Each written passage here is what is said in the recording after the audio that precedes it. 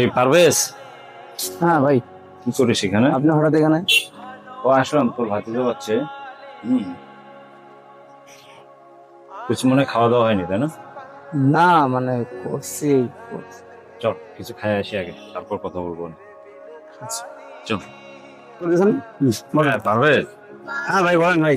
দেখ, আসলে বাবা মা মারা যাওয়ার পর হুম। তোর দায়িত্বটা বড় ভাই হিসেবে আমার উপরেই আসে, তাই না? হুম, তা ঠিক বলছেন, আসলে তো অবশ্যই।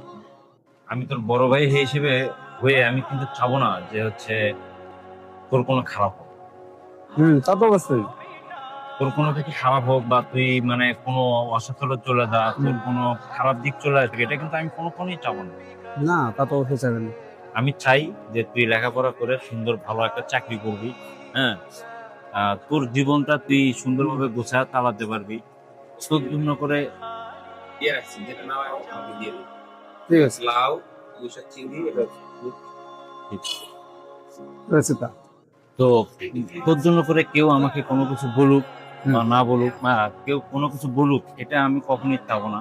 হ্যাঁ। আমি শুধু চাবো যে তুই ভালোভাবে থাক, ভালোভাবে লেখাপড়া কর, ভালোভাবে প্রতিষ্ঠিত হ। হুম।